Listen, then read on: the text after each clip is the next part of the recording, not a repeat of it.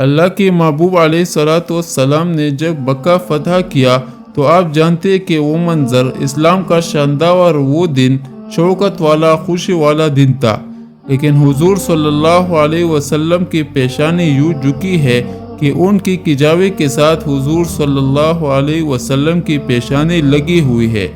حضور صلی اللہ علیہ وسلم نے سب کو معاف کر دیا۔ جب سب حاضر ہوئے تو کانپ رہے تھے، اونچڑیاں پھینکنے والے، پتھر مارنے والے، گڑھے کودنے والے، گلی میں کپڑا ڈالنے والے قطاروں میں تھے۔ سب کانپ رہے تھے کہ پتہ نہیں کیا سلوک ہوگا، لیکن زبان نبوت سے کیا جملے نکلی۔ فرمایا جاؤ چلے جاؤ، میں تمہیں کچھ نہیں کہتا، تم آزاد ہو۔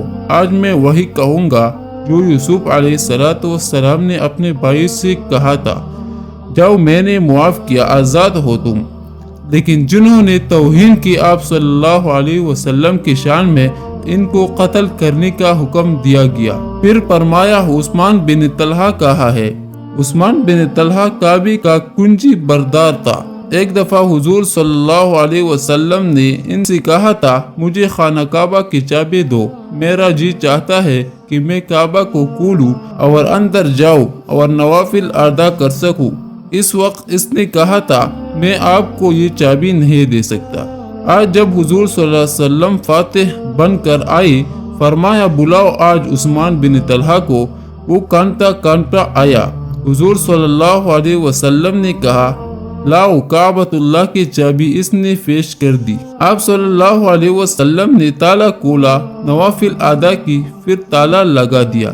اب صحابہ رضوان اللہ علیہ اجمعین منتظر تھے کہ عثمان بن طلحہ کو تو چابی ملنی ہی نہیں۔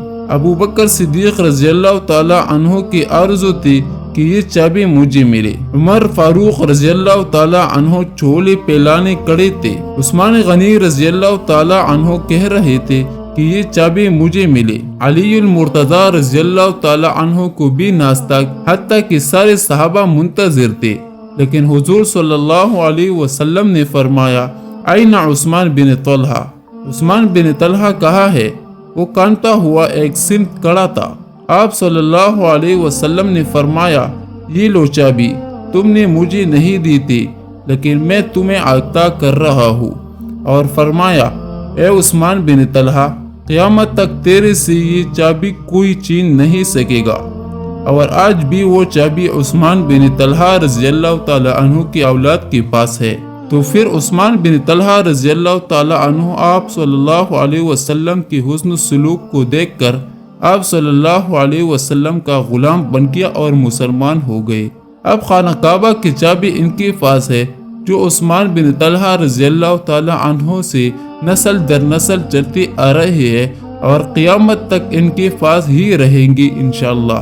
اللہ کی قدر دیکھو کہ اس خاندان میں صرف ایک بیٹا پیدا ہوتا ہے، دو یا اس سے زیادہ نہیں۔ عثمان بن طلحہ رضی اللہ تعالی عنہ سے محمد بن حمود تک یہ چابی اس مقدس خاندان کے پاس ہے۔